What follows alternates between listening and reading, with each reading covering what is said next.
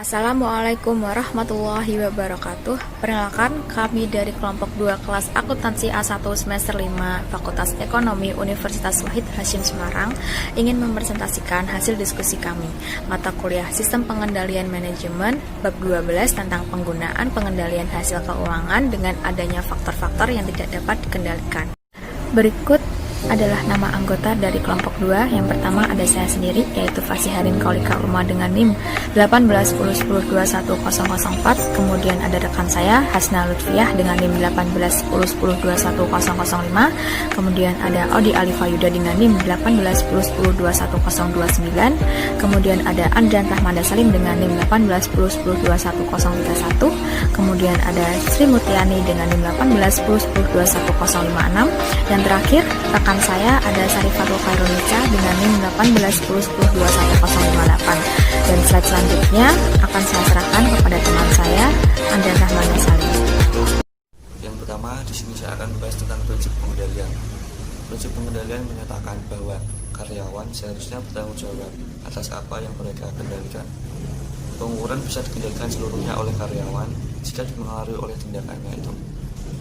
Pengevaluasian kinerja dapat mengurangi, bahkan terkadang menghilangkan beberapa pengaruh yang mengganggu dari faktor yang tidak dapat dikendalikan pada pengukuran kinerja. Namun, penggunaan prosedur pengurangan gangguan biasanya jarang menimbulkan masalah. Kemudian di sini saya akan membahas tentang prinsip pengendalian perusahaan. Risk aversion adalah dasar argumen penting yang mendukung prinsip pengendalian. Perusahaan yang mempertahankan karyawan yang memiliki prinsip risk aversion itu biasanya akan menanggung biaya, yaitu untuk mengimbangi risiko, untuk menurunkan exposure, untuk menanggung biaya karena kehilangan waktu. Tipe faktor yang tidak dapat dikendalikan. Untuk mengontrol gangguan faktor yang tidak dapat dikendalikan ada 3, yaitu faktor ekonomi dan persaingan.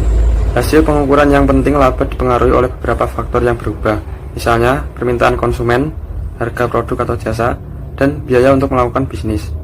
Selanjutnya, force majeure atau kekuatan besar dibagi menjadi 4. Yang pertama, act of nature atau bencana alam. Yang kedua, act of God atau hal yang dilakukan oleh Tuhan. Yang ketiga, act of man atau hal yang dilakukan oleh manusia. Yang keempat, act of parliament atau hal yang dilakukan oleh parlemen. Yang terakhir, interdependentious atau saling ketergantungan. Memiliki 2 macam, yaitu polit interdependency atau saling ketergantungan yang menyatu. Yang kedua, sequential interdependency atau saling ketergantungan yang beruntun. Selanjutnya, pengendalian untuk efek mendistorsi dari faktor-faktor yang tidak dapat dikendalikan.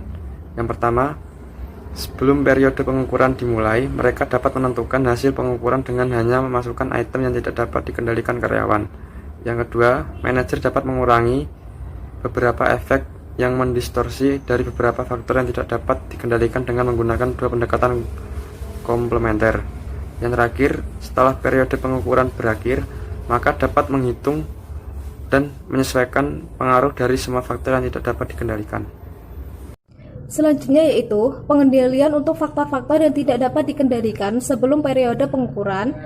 2 metode utama yang tidak digunakan untuk mengendalikan faktor yang tidak dapat dikendalikan sebelum periode pengukuran ada 2. Yang pertama yaitu asuransi. Konsep penting mengenai asuransi adalah perusahaan membayar ganti rugi atau biaya yang relatif kecil dalam bentuk pembayaran reguler sebagai pertukaran. 2 yaitu struktur pertanggungjawaban. Ketika karyawan memegang tanggung jawab untuk beberapa area kinerja yang bisa sedikit mereka pengaruhi, organisasi akan menanggung biaya karena membuat karyawan menanggung resiko tersebut. Selanjutnya yaitu pengendalian untuk faktor-faktor yang tidak dapat dikendalikan setelah periode pengukuran ada 4. Yang pertama, analisis varians, sebuah analisis sistematik yang didesain untuk menjelaskan bagaimana dan mengapa 2 angka dapat berbeda. Yang kedua yaitu evaluasi kinerja fleksibel. Standar kinerja fleksibel menggambarkan kinerja karyawan diharapkan mencapai kondisi aktual yang dihadapi selama periode pengukuran.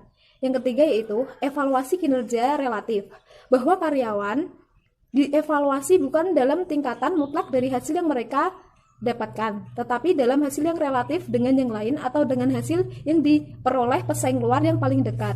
Yang keempat yaitu evaluasi kinerja subjektif, mempertimbangkan kinerja karyawan dengan mengevaluasi, membuat penilaian dalam hal merefleksikan kinerja baik atau buruk karyawan dalam suatu perusahaan. Selanjutnya adalah isu dari faktor yang tidak dapat dikendalikan. Faktor yang tidak dapat dikendalikan seharusnya tidak diperlukan untuk semua tujuan imbalan.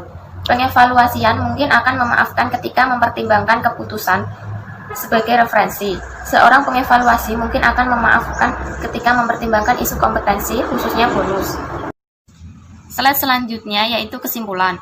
Prinsip pengendalian mempertahankan karyawan yang bertanggung jawab hanya pada bagian yang mereka kendalikan. Keputusan itu dibuat untuk melindungi karyawan dari pengaruh yang tidak dapat dikendalikan. Setiap metode yang digunakan memiliki trade-off. Jika prosedur kompleks yang diterapkan dengan berbagai tipe faktor yang mungkin tidak dapat dikendalikan, kesederhanaan mungkin akan hilang dan muncul kemungkinan bahwa karyawan akan gagal untuk memahami apa yang harus mereka capai. Akan tetapi, tanpa memerhatikan kompleksitas, taruhannya akan menjadi tinggi dan masalah signifikan dapat muncul jika faktor-faktor yang tidak dapat dikendalikan tidak ditangani dengan benar. Dalam kasus bab 12 ini, saya akan menjelaskan mengenai Olympic Car Wash Company. Sesuai dengan namanya, merupakan perusahaan yang bergerak di bidang jasa cuci kendaraan. Perusahaan ini sudah berkembang cukup besar di Belgia dan telah beroperasi di 30 cabang yang terletak di berbagai situasi. Selanjutnya, model bisnis Olympic Car Wash. Model yang dijalankan oleh Olympic cukup sederhana. Dalam hal ini, mereka menunggu datanya konsumen bersama kendaraan mereka, di mana konsumen akan meninggalkan kendaraan mereka untuk dicuci dan dibersihkan oleh karyawan Olympic. Sekitar 2 jam setelah itu, kendaraan tersebut sudah siap dibawa kembali oleh konsumen. Selanjutnya, analisis SWOT. Yang pertama, strength atau kekuatan. Sudah ada 30 unit di usaha di Belgia, karyawan diberikan intensif di samping gaji tetap, dan juga pelanggan bisa melayangkan komplain jika hasilnya tidak puas. Yang kedua, weakness atau kelemahan. Antrian cucian yang panjang atau karyawan yang tidak terampil maupun alat-alat yang kurang memadai yang menyebabkan terlalu lama waktu menunggu. Yang ketiga, threats atau ancaman. Ancaman produk substitusi terbilang cukup rendah karena belum adanya pengganti untuk industri ini, atau masih jarang perusahaan berbisnis dalam bidang pencucian mobil. Yang terakhir yaitu opportunities atau peluang. Semakin banyak orang yang memiliki kendaraan pribadi, maka peluang semakin banyak karena setiap orang pasti akan mencuci kendaraannya. Slide selanjutnya, perusahaan cuci mobil yang memiliki 30 unit usaha di Belgia. Yang pertama, di setiap tempat memiliki general manager yang bertugas melaporkan operasionalnya kepada kepala operasional pusat. Yang kedua, setiap akhir kuartal, kepala operasional pusat mengevaluasi kinerja dari setiap lokasi. Yang ketiga, evaluasi menentukan bonus yang akan diterima di setiap lokasi pencucian. Yang keempat, pemberian insentif jika mencapai target laba yang dianggarkan. Kemudian di sini saya akan membahas tentang faktor yang tidak dapat dikendalikan. Yang pertama ada faktor kerusakan tempat pencucian untuk menutup biaya kerusakan pada lokasi lainnya. Yang kedua ada faktor konstruksi jalan. Adanya konstruksi jalan di depan salah satu lokasi pencucian mobil dapat merugikan pendapatan. Yang ketiga ada faktor cuaca. Apabila cuaca buruk atau sering turun hujan, maka masyarakat akan mengurangi frekuensi pencucian kendaraannya untuk menghemat waktu dan biaya, karena mereka akan cepat kotor lagi akibat hujan. Dilema pun terjadi karena faktor cuaca ini tidak dapat dikendalikan. Cukup sekian presentasi dari kelompok kami. Apabila ada kesalahan kata atau penyampaian, kami mohon maaf. Wabillahi taufiq wal hidayah. Wassalamualaikum warahmatullahi wabarakatuh.